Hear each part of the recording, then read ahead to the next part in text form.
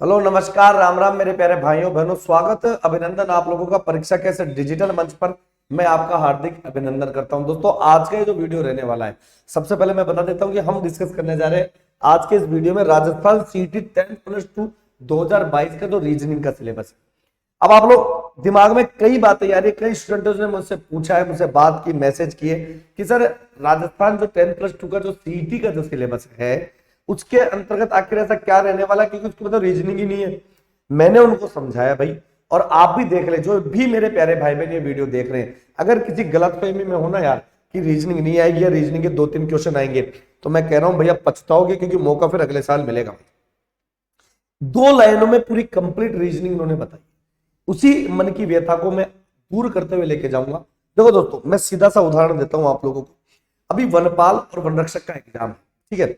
तो जो वनरक्षक की पोस्ट होती है वो 10वीं पास वाली होती है, और जो वनपाल की जो पोस्ट होती है वो 12वीं पास वाली होती है।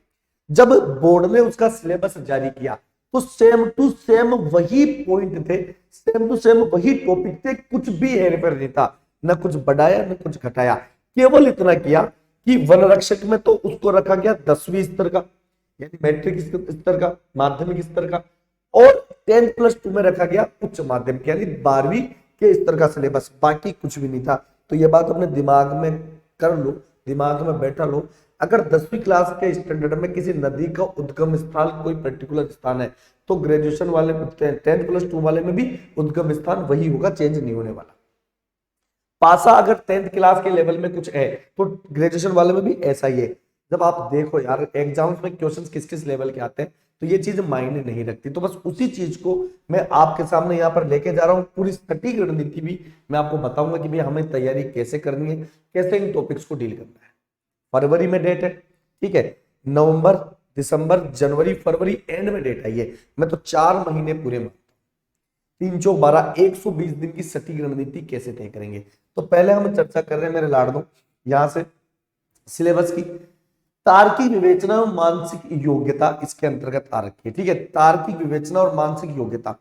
अब इसमें क्या है देखो, मैं आपको बता देता हूं, ठीक है। एग्जामिनर ने जो आपका जो सिलेबस आया उसमें 2 पॉइंट दे रखे थे, जनरल मेंटली एप्टीट्यूड, साधारण मानसिक योग्यता, ठीक है मेरे लाडो।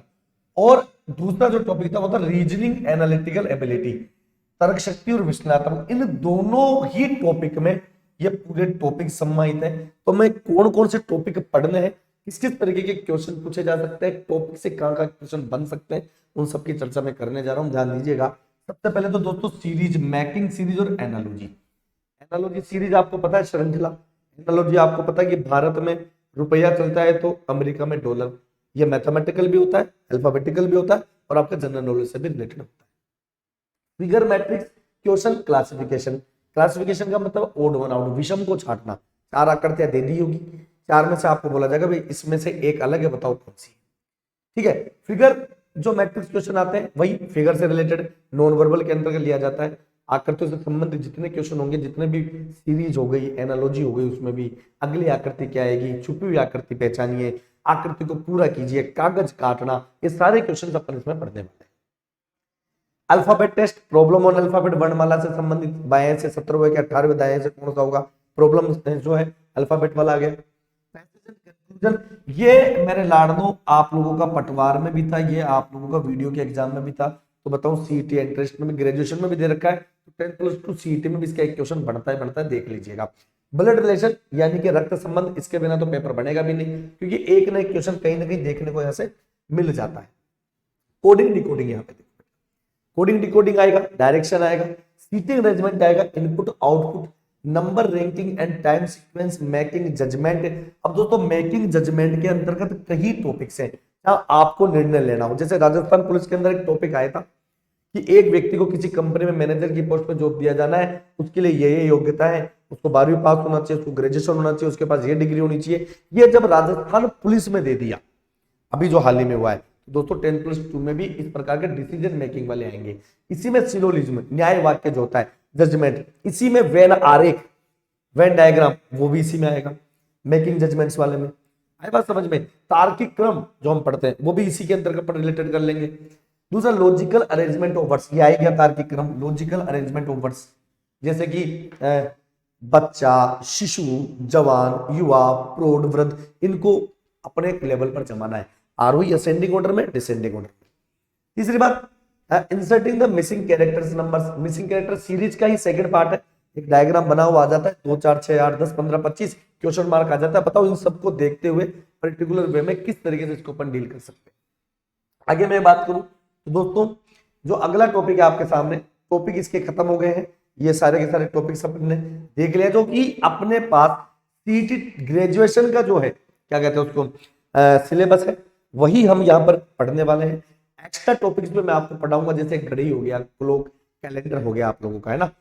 आप लोगों का जैसे कि सीटिंग अरेंजमेंट हो गया, ये तो इसमें दे रखा है। पजल, सीटिंग अरेंजमेंट का एक एक्स्ट्रा ऑर्डिनरी है पजल, वो टेस्ट भी अपन यहाँ पर डिस्कस करने वाले। और सबसे इंपॉर्टेंट बात, लॉजिकल जो रीजनिंग है वो भी आएगी बेटा। लॉजिकल रीजनिंग के अंतर्गत क्या क्या रहने वाला है, कथन निष्कर्ष, कथन तर्क, कथन परिणाम, कथन अवधारणाएं, है ना, प्रबल तर्क, निर्बल तर्क, है ना, एजुम्पशंस, ये सारी चीजें अपन पढ़ेंगे। तो एक तरीके से पूरा एक कवरेज लेते हुए चलेंगे, क्योंकि ये केवल सिलेबस जो जारी करता है बोर्ड दोस्तों, केवल आपको बताता है कि हाँ ऐसे ऐसे क्वेश्चंस आएंगे, आउट ऑफ द सिलेबस भी क्वेश्चंस आ जाया करते हैं। ठीक है, अब रही बात इनकी तैयारी करने की, दोस्तों 4 महीने बहुत होते हैं, कुछ ही नहीं करना। कंप्लीट रीजनिंग को जिस बच्चे ने, मैं तो मानता हूं किसी बच्चे ने रीजनिंग का 0% भी नहीं आता, वो रीजनिंग अब सीखेगा। रीजनिंग सीखेगा तो बेटा केवल 2 महीने आप कहीं से भी पढ़े, केवल 2 महीने आप कहीं से भी पढ़े, या मेरे यूट्यूब पर क्लासेस ले ले, ठीक है, कहीं से भी पढ़े, किसी भी टीचर से पढ़े, 2 महीने में आप रीजनिंग को कंप्लीट पूरा कर देंगे, कंप्लीट। उसके बाद क्या है, आपका रिवीजन सेशन चलेगा। अब रिवीजन सेशन में क्या होता है, जैसे कि मान लो ये टोटल 30 टॉपिक है, मैं हमेशा बताता हूं 30 टॉपिक है, तो अपनी एक रणनीति बना। 30 टॉपिक है तो पहले दिन क्या करना है बेटा, आपको जैसे 30 टॉपिक को ऐसे कैसे लिख दिया भैया, है ना, 1 से लेकर 30 टॉपिक लिख दिया आपने, 1 2 3 4 5 6 7 8 9 10 ऐसे करके 30 टॉपिक लिख दिए। फिर आपको क्या करना बेटा, जैसे पहले दिन 3 टॉपिक के क्वेश्चंस पढ़े, अगले दिन फिर 3 टॉपिक के क्वेश्चंस पढ़े, अगले दिन फिर 3 टॉपिक के, तो 10 दिन में आपने वापस क्या करा, रिवीजन कर लिया, वापस आपने रीजनिंग को फेर दिया 3 टॉपिक पढ़ के। अब उसके बाद क्या होगा, जब 11वां दिन आएगा तो आपको 6 टॉपिक एक साथ पढ़ने, क्योंकि रिवीजन तो ही रखा है, अब समय कम लगेगा, सवाल ज्यादा होंगे। 6 टॉपिक पढ़ने, फिर 6 टॉपिक पढ़ने, फिर 6 टॉपिक, ऐसे 5 दिन में, यानी 15 दिन तक आपने इसको 2 बार रिवीजन कर दिया। 16वें दिन क्या करेंगे, शुरू के जैसे 6 टॉपिक हो गए, फिर 12 टॉपिक 12 टॉपिक 12 टॉपिक 12 टॉपिक, 4 दिन में आप उसे सल्टा देंगे। फिर लास्ट में आप लोग उस पर 15 टॉपिक पढ़ लेंगे। ये आपका एक 20 दिन का, 20 से 21 दिन का क्या हो जाएगा दोस्तों, एक फिर से रिवीजन क्लास हो जाएगी। इस बीच आपके पास, फिर मैं आपको बताने जा रहा हूं, जो समय बचेगा रिवीजन के बाद, आप मेरे लाडनों, ये जो पूरा कॉन्सेप्ट है ये महज 3 महीने का था। बाकी 3 महीने क्या करने वाले भाई, नवंबर दिसंबर जनवरी फरवरी, 4 महीने हो गए, 3 महीने का था, बाकी 1 महीना क्या करेंगे, 1 महीना हम कहीं ना कहीं से टेस्ट सीरीज ज्वाइन करेंगे, पेपर निकालेंगे, टिक टू जो एक बोर्ड ने टाइम दे रखा उस हिसाब से, कमरा बंद करके घड़ी लगा के, फिर हम एनालिसिस करेंगे कि यार इस कौन से टॉपिक में हमें दिक्कत आ रही है, कौन सा टॉपिक है जो छोड़ने वाला है, कौन से टॉपिक में सवाल तो हो जाते हैं पर समय ज्यादा लग रहा है, तो उस हिसाब से अपने को रणनीति बनानी है। और दोस्तों जब इस लेवल पर आप पढ़ लेते हो तो टीचर की बताने की जरूरत नहीं, आप खुद अंडरस्टैंड हो जाते हो कि किस पर ज्यादा समय देना, किस पर नहीं देना। ये मेरी एक छोटी सी राय है दोस्तों। समय बहुत है, बहुत भी मान लो, बहुत कम भी मान लो। जो रेगुलर पढ़ रहे हैं, जो रात दिन पढ़ रहे हैं, वो तो आराम से कर सकते हैं, लेकिन जो जीरो से अब स्टार्ट करेंगे उनके लिए समय अब कम रहेगा है। दिवाली की छुट्टियों को भूल जाए, और दिवाली उन लोगों की मनेगी दोस्तों जिनकी जॉब लगती है। जिस दिन नौकरी लग जाएगी उस दिन हर दिन होली, हर रात दिवाली होती है, ये आपको पता है।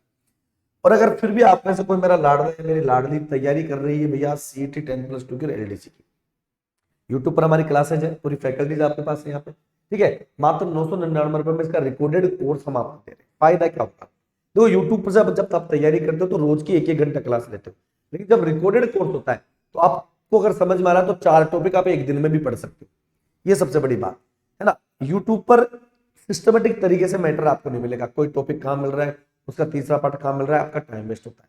रिकॉर्डिंग सेशन में सारे सिस्टमेटिक तरीके से आपको टॉपिक, तो मात्र 999 में बेटा 31 अक्टूबर तक वैलिडिटी। हैप्पी दिवाली आपको कोड लगाना है, जब आप हैप्पी दिवाली कोड लगाएंगे तब ये 999 में मिलेगा। फिर भी अगर कोर्स परचेज करते वक्त कोई डाउट हो तो दोस्तों ये सपोर्टिंग टीम का नंबर है, यहाँ कॉल कर आप अपने कोर्स परचेज कर सकते हैं। तो इसी उम्मीद से कि आपको वीडियो अच्छा लगा होगा। Wish you all the best सभी को मेरा राम राम भैया, ठीक है। और बने रहिएगा परीक्षा के डिजिटल प्लेटफॉर्म के साथ। और अगर कोई कुछ क्वेरीज हो तो कमेंट सेक्शन में दे दीजिएगा, एक वीडियो में आपकी क्वेरीज पर भी लेके आऊंगा। तब तक के लिए घनी घनी खम्मा खम्मा घनी राम राम दोस्तों।